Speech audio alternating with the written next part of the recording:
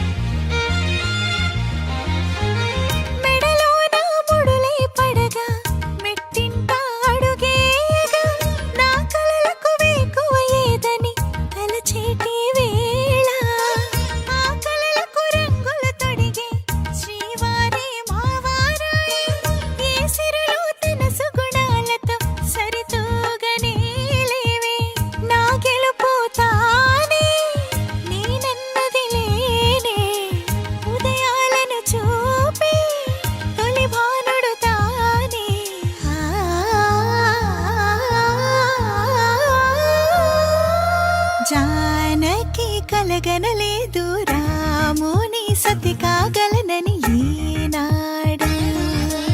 రాముడు అనుకోలేదు జానకి పతి కాగలనని ఆనాడు.